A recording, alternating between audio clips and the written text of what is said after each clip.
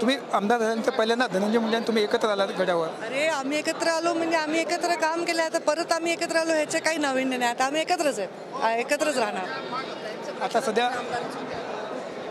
सध्या मंत्रिमंडळाचा विस्तार आहे, त्याच्यामध्ये आपलं नाव देखील येतं. आता बघू काय होईल ते होईल. बघा आता हे ठरवणारे वेगळ्या शक्ती आहेत, वेगळ्या एंटिटी आहेत, आमची सगळी कोर कमिटी आहे, ते ठरवतील. त्यामुळं नाव तर येतच असतं ना, आता प्रमुख नेत्यांमध्ये असलं नाव येणारच.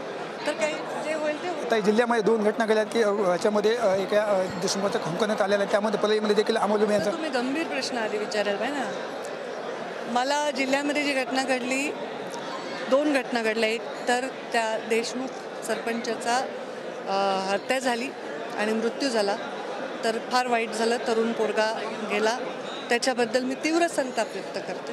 दुसरं, आमच्याकडे डुबे म्हणून आहेत, त्यांच्या मुलाच्या अपहरणाचा प्रयत्न झाला, त्याच्याबद्दलही मी प्रचंड राग व्यक्त करते आणि शोक व्यक्त करते त्या परिवाराविषयी, ते ज्यांच्या लेकराचा हत्या झाली आहे. आणि त्यांच्या पाठीशी संपूर्णपणे मी उभी राहीन आणि त्यांना न्याय मिळवण्यासाठी मी स्वतः मुख्यमंत्र्यांकडे पाठपुरावा करेन.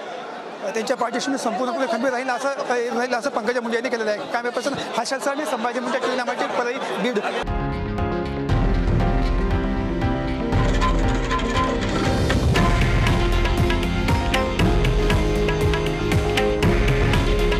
हे आहे देशातील नंबर 1 न्यूज नेटवर्क आणि आपण पाहत आहात TV9 मराठी.